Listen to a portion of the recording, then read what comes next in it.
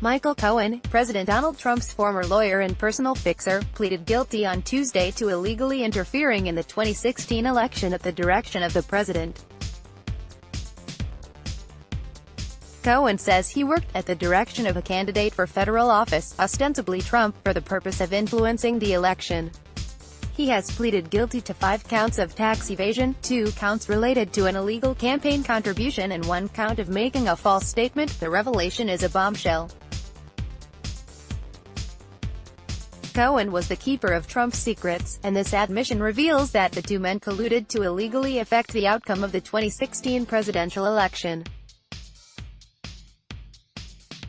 And the news came the same day one-time Trump campaign chairman Paul Manafort was found guilty on 8 counts, likely destined to spend the rest of his life behind bars. These are very serious charges and reflect a pattern of lies and dishonesty over an extended period of time, Deputy U.S. Attorney for Southern District of New York Robert Khuzami said at a press conference. The announcement came shortly after multiple outlets reported that Cohen had reached a plea deal with prosecutors of the Southern District of New York. The deal is specifically related to payments Cohen made to women on behalf of Trump, according to the New York Times.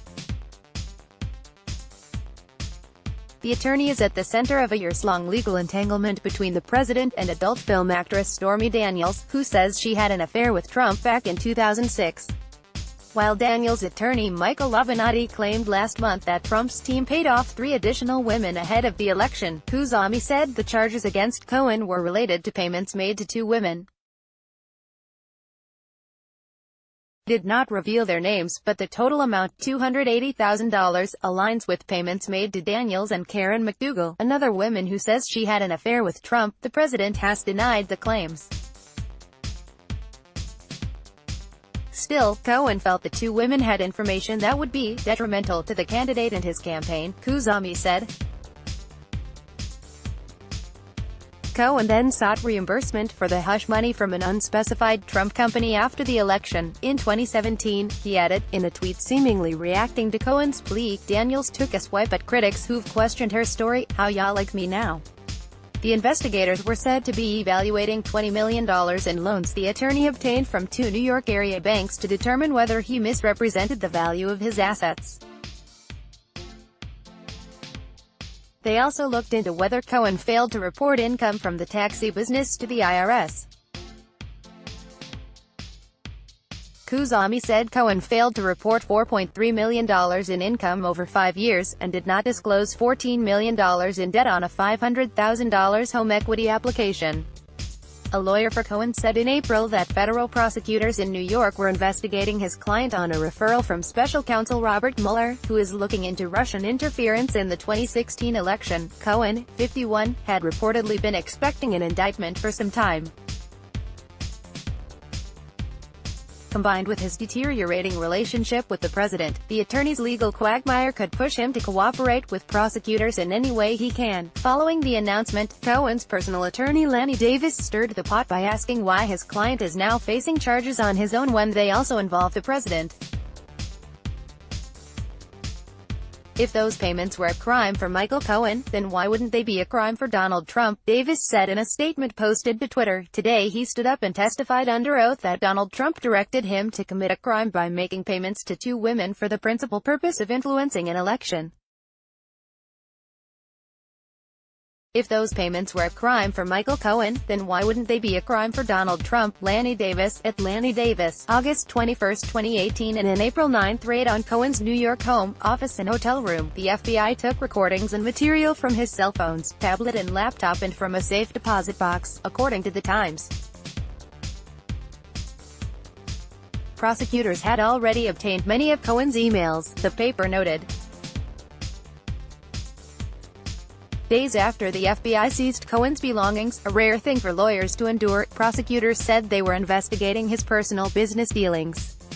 The Washington Post reported that authorities were looking for evidence of Cohen's potential involvement in bank fraud, wire fraud and campaign finance violations.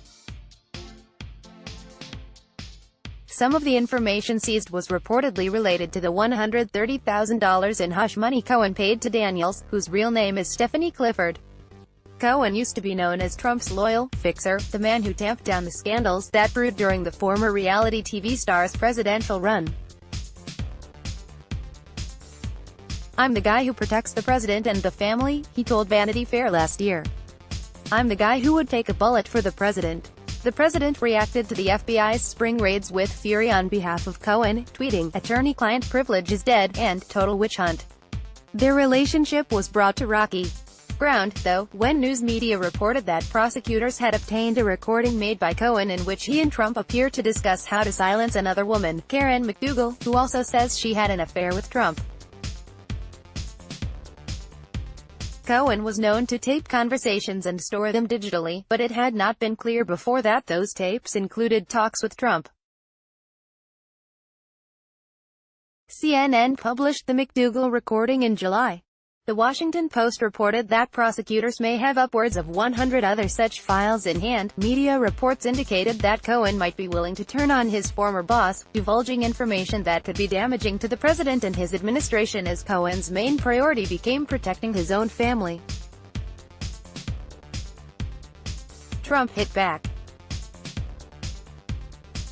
His new personal lawyer, former New York City Mayor Rudy Giuliani, made the cable news circuit to attack Cohen's reputation, calling him a pathological manipulator and a liar. Meanwhile, Trump continued to brush aside the notion that he might have done anything wrong. Michael Cohen used to be intensely loyal to President Donald Trump, yet the money trail behind the payment to Daniels may not be entirely legal. Campaign finance law forbids corporations from donating directly to political candidates, and bans individuals from contributing more than $2,700. Whether the $130,000 payment to Daniels constitutes a breach is currently in question. Cohen admitted to paying Daniels off after she revealed early this year that she had received a large payment in return for her silence. Cohen claimed that neither the Trump campaign nor the Trump Organization reimbursed him for that money, although he didn't mention whether Trump had personally done so. Meanwhile, Trump's account of the payment has changed over time. The president told reporters aboard Air Force One in early April, just days before the FBI raid, that he had no prior knowledge of the payment to Daniels, but Giuliani appeared to dispute Trump's claim a month later when he asserted that Trump had personally reimbursed Cohen through monthly installments of $35,000. Giuliani said the payment plan, which totaled about $460,000, began soon after the election, complicating matters. Cohen was also receiving payments around the same time from Columbus Nova, a U.S. investment firm affiliated with a Russian oligarch's company.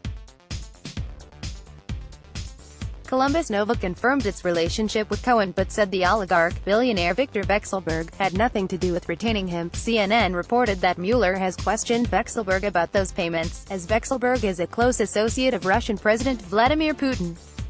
Columbus Nova allegedly paid Cohen around $500,000, according to Michael Avenatti, Daniels' lawyer, and various news outlets. Avenatti claimed the payments may have reimbursed Cohen for the $130,000 he gave to Daniels.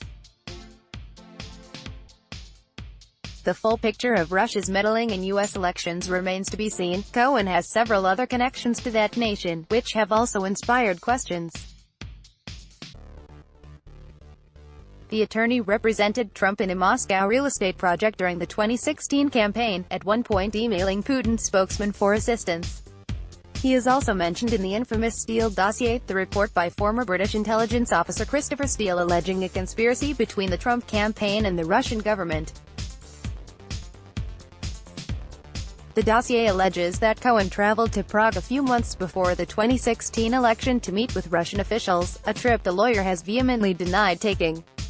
Whatever his past may entail, Cohen's attorney Davis insists his client is committed to doing the right thing. Cohen has turned a corner in his life, Davis said in July, stating that his client was dedicated to telling the truth.